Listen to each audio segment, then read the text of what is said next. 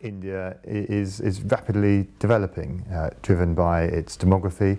So it's a country, I think unusually among big countries, it's a country where half the population is under 25, a very young country, a very dynamic population, dynamic countries who are interested in globalizing. And so all that's driving a real sense of long-term potential in India. And so I think there's a lot more potential for British companies to look at the opportunities for them in India. Of course, there are challenges, as there are in any new market, and that's precisely why we're here to help.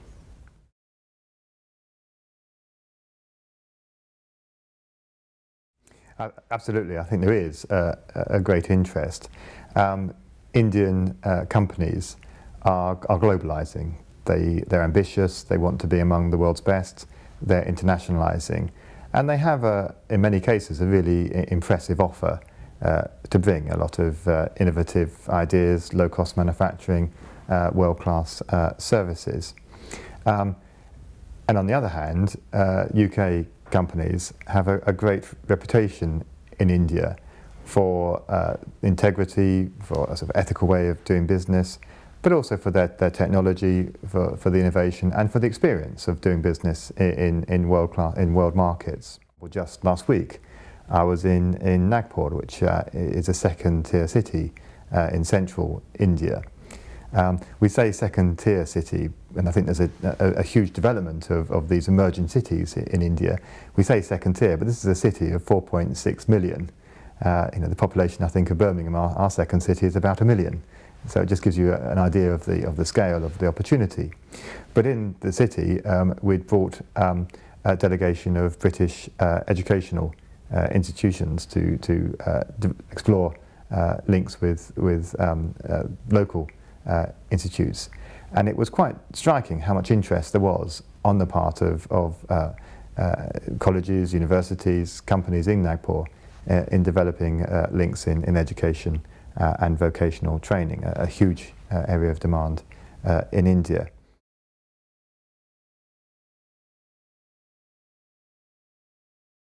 I think my advice is really professionalism. And what I mean by that is first considering your position in the market. So what is the offer you're making to Indian consumers? How does it relate to what they want and need? Being clear about the sort of market segment that you're targeting, whether it's the top end who are demanding luxury goods and services, whether it's the emerging middle class who are aspiring after world-class brands and services and increasingly have the ability to pay for them, or whether it's what's called the fortune at the bottom of the pyramid, so the masses in India who also aspire after world-class goods and services, but maybe need innovative ways to be able to pay for them. Then it's about price, so what is your pricing point and how does that relate to the particular market you're pursuing. People, it's making sure that you're identifying the right partners, the right customers, that you're developing the relationships with them, and that you're doing your due diligence on them, that they share your business values. Preparation, all of that demands a lot of research, and doing that really thoroughly before you start is very important. As you touch on, India is a complicated market. The states have different requirements, different cities offer different things.